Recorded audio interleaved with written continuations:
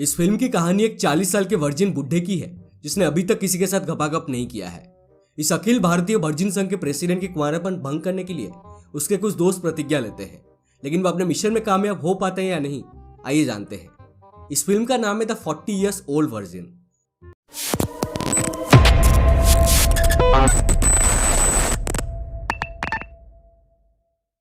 तो कहानी शुरू होती है एंडी नाम के एक शर्मीले इंट्रोवर्ट आदमी से, जो कि अपने अपार्टमेंट में अकेला ही रहा करता था।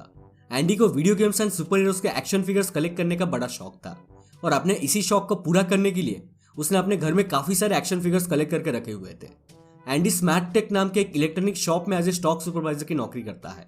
वहां उसके 3 दोस्त जय, काल और डेविड रात में उसे एक पोकर गेम खेलने के लिए इन्वाइट करते हैं। एंडी को इस बात से काफी खुशी होती है क्योंकि पहले उसे किसी ने भी अपने यहाँ इन्वाइट नहीं करा था। रात में चारों अपने अपने सेक्स एक्सपीरियंस के बारे में बातें कर रहे होते हैं। लास्ट में घूम फिर कर एंडी की बारी आती है। क्योंकि अब एंडी एक वर्जिन था, सो जाहिर सी बात है कि उसे इन सब के बारे में ज्यादा कुछ नहीं पता था। फिर भी अपनी इज्जत बचाने के लिए वो फेंकना शुरू कर देता है। लेकिन उसके 3 दोस्त ठहरे एक्सपीरियंस सील ओपनर। वो जल्दी ये समझ जाते हैं कि एंडी अभी भी एक वर्जिन है और वो सारे मिलकर एंडी का मजाक उड़ाने लग जाते हैं। एंडी अपनी बच्ची कुछ इज्जत को संभालते हुए वहां से अपने घर के लिए रवाना हो जाता है। रात में वो सोचता है कि सुबह होते होते उसके सारे दोस्त ये बात भूल जाएंगे, लेकिन इस तरह की बातें कहाँ कोई जल्दी भूलने वाला था। अगले ही दिन स्टोर में एंडी की पोल खुल जाती है और यहाँ तक कि उसकी बॉस पावला को भी एंडी के वर्जिन होने की बात पता चल जाता है। पावला एंडी से कहती है कि मेरे दरवाजे हमेशा के लिए तुम्हारे लिए खुले हुए हैं। इधर एक बुढ़ो एंडी को सराहना देते हुए कहता है, टेंशन मत लो, अभी तुम्हारी उम्र ही कितनी है, 25। एंडी कहता है कि मैं 40 साल का हूँ। ये सुनकर बुढ़ो की भी सड़क जाती है और वो एंडी से कहता है, लानत है तेरे पे, तुझे तो चुल्लू भर पानी में डूब कर मर जाना चाहिए साले। बेचारा एंडी सदमे को बर्दाश्त नहीं कर पाता और सुसाइड कर लेता है। एंड दोस्तों, जस्ट किडिंग यार, नहीं करता वो सुसाइड। अबे साले। वो गुस्से में आकर जॉब क्विट करने ही वाला होता है कि तभी उसका दोस्त डेविड उसे समझाता है कि अभी भी देर नहीं हुई है, उसे एक बार ट्राई तो जरूर करना चाहिए। डेविड की बात एंडी के समझ में आ जाती है। रात को एंडी को याद आता है कि उसने एक बार एक लड़की के साथ गपागप करने की कोशिश की थी, जिसमें वो सक्सेसफुली फेल हो गया था। उसके बाद भी उसने काफी कोशिश करी थी, बट उसकी डाल नहीं गली। इधर डेविड, काल और जय तीनों सर पे कफन बांधकर एंडी की वर्जिनिटी लॉस करवाने में उसकी मदद करने की प्रतिज्ञा लेते हैं। तीनों मिलकर एंडी को लड़की पटाने की निंजा टेक्निक सिखाने लगते हैं। शुरुआत डेविड से होती है। वो एंडी को एक स्पीड डेटिंग इवेंट में लेकर जाता है जहाँ कई सारी खूबसूरत लड़कियां नशे में टूल होती है। डेविड एंडी से कहता है कि किसी भी नशे में धुत लड़की के साथ जाके बात करो, उसे पटाओ और मजे करो। एंडी भी डेविड के दिखाए नक्शे दम पर चलते हुए एक लड़की को आखिरकार ढिंचुक करने के लिए पटा ही लेता है। बट यहाँ हम ऑडियंस को पता चलता है कि एंडी की किस्मत वाकई खराब थी। उस नशेड़ी लड़की को उल्टी हो जाती है और वो अपना सारा चिकन सूप एंडी के मुंह पर ही उगल देती है और एंडी की वर्जिनिटी लॉस होते होते रह जाती है। अगले दिन स्टोर में एंडी के तीनों दोस्त काफी खुश थे। उन्हें लग रहा था कि एंडी ने जरूर पूरी रात उस लड़की के साथ सहनाई बजाई होगी, लेकिन उनकी गलतफहमी बहुत जल्दी दूर हो जाती है जब एंडी पिछली रात की कहानी अपनी जुबानी उन्हें सुनाता है। एंडी के दोस्त भी सोचने लगते हैं कि इस लल्लू राम से कुछ नहीं होने वाला। एक बार फिर से तीनों एंडी की मदद करते हैं और जब स्टोर में एक अधेड़ उम्र की लेडी आती है तब वो एंडी को उसे अटेंड करने के लिए कहते हैं। उस लेडी का नाम ट्रिश था।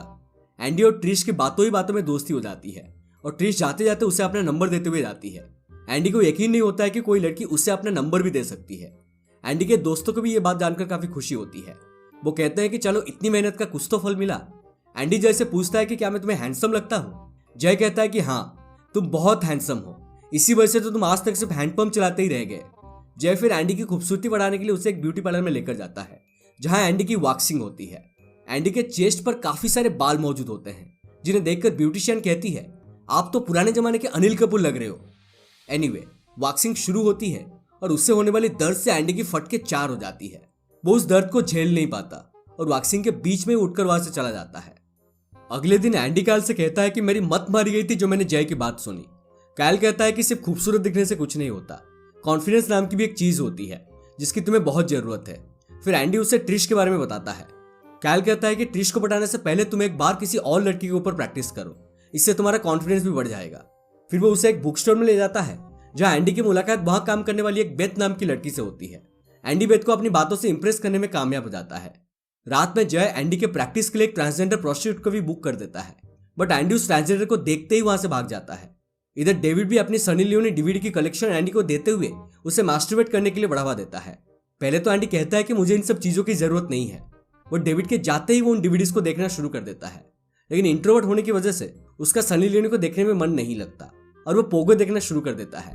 काफी दिन बीत चुके होते हैं। ट्रिश फाइनली एंडी को डेट पर जाने के लिए अप्रोच करती है। रात में डिनर के बाद दोनों घपाघप करने की तैयारी में लग जाते हैं। एंडी को सेक्स का एस भी नहीं आता था। ट्रिश उसे अपने छोटे चेतन के ऊपर कॉन्डोम लगाने के लिए कहकर बाथरूम में कपड़े चेंज करने के लिए चली जाती है और इधर अपने एंडी ने इस काम को करने के दौरान 10-20 कॉन्डोम्स की बलि चढ़ा दी। फाइनली एंडी अपनी वर्जिनिटी लॉस करने ही वाला होता है कि कमरे में ट्रिश की बेटी माला अपने बॉयफ्रेंड के साथ आ जाती है। बिस्तर पर फटे हुए कॉन्डोम्स को देखकर उसे लगता है कि एंडी और उसके माँ के बीच 10-20 राउंड कुश्ती तो जरूर खत्म हो चुके हैं, लेकिन यहाँ हम ऑडियंस को पता है कि दोनों के बीच में जो होने वाला था वो होते होते ही रह गया। ट्रिश भी काफी एम्बेरेस्ड फील करती है और फिर दोनों अपने इस प्रोग्राम को पोस्टपोन कर देते हैं। दरअसल ट्रिश को एंडी के वर्जिन होने के बारे में कुछ भी नहीं पता था और एंडी को ट्रिश के बच्चे के बारे में भी कुछ नहीं पता था। अगले दिन कैल और जय एंडी से उसके डेट के बारे में पूछते हैं। एंडी कहता है कि ट्रिश के 3 बच्चे भी हैं, जिनमें से एक की शादी हो चुकी है और उसका भी एक बच्चा है।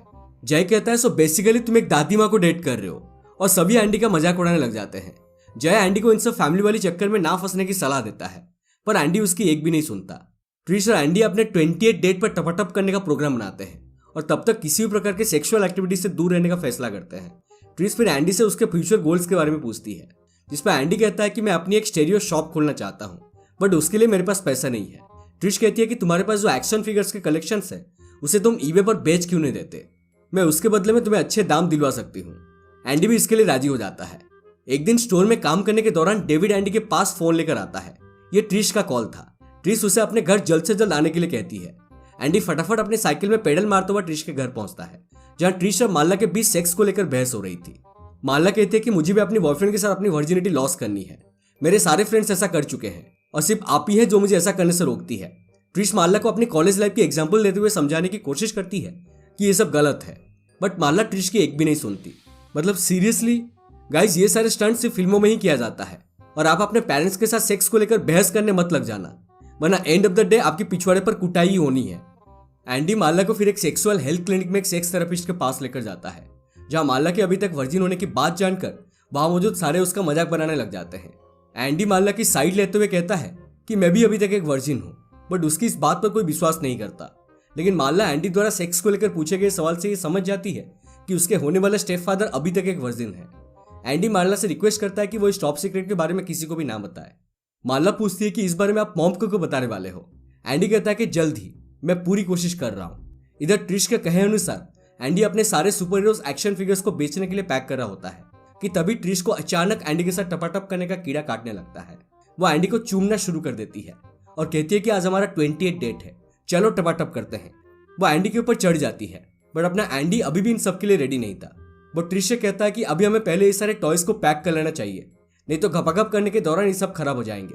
ट्रिश भड़क जाती है और एंडी से कहती है कि मुझे समझ में नहीं आता, मैं तुम्हें जन्नत की सैर कराना चाहती हूँ और एक तुम हो जिसे अपने टॉयज से ही फुर्सत नहीं। दोनों के बीच इस बात को लेकर काफी बहस हो जाती है और ट्रिश गुस्से में वहां से चली जाती है। एक दिन जय अपने बीवी के प्रेग्नेंट होने की खुशी में एक नाइट क्लब में एक पार्टी रखता है, जिसमें वह एंडी को भी इन्वाइट करता है। पार्टी में डेविड देवदास बना हुआ रहता है, क्योंकि वह हमेशा अपनी एक्स गर्लफ्रेंड एमी के ख्यालों में ही डूबा रहता था।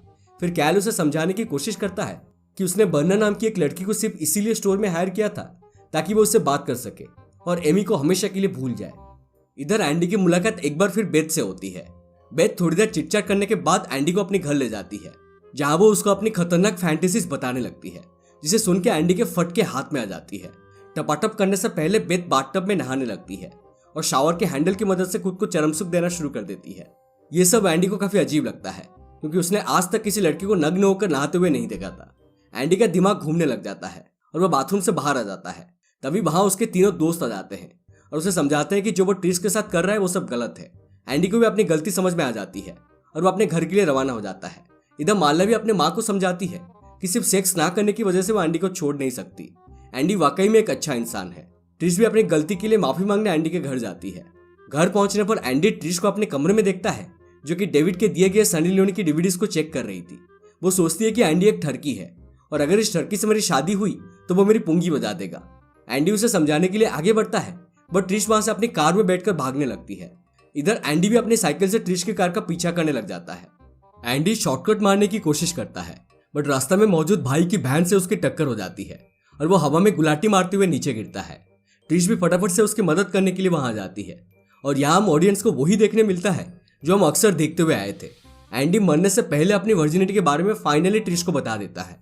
एंड गाइस, फिर से जस्ट किडिंग, एंडी को एक स्क्रैच भी नहीं आई थी। ट्रिश फाइनली राहत की सांस लेती है और मनी मन सोचती है कि चलो वर्जिन ही सही, कम से कम ये एक हवस की पुजारी तो नहीं है। फिर दोनों सड़क के बीचों बीच एक दूसरे को किस करने लगते हैं और सीन यहाँ से सीधा वेडिंग सेरेमनी में शिफ्ट हो जाती है।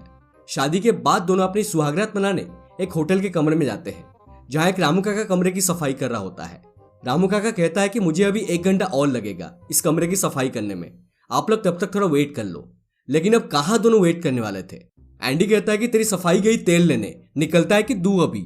रामू काका के जाते ही दोनों पलंग तोड़ना शुरू कर देते हैं, जहां एंडी फाइनली अपनी 40 साल की अनडिस्प्यूटेड स्ट्रीक को तोड़ने में कामयाब हो जाता है।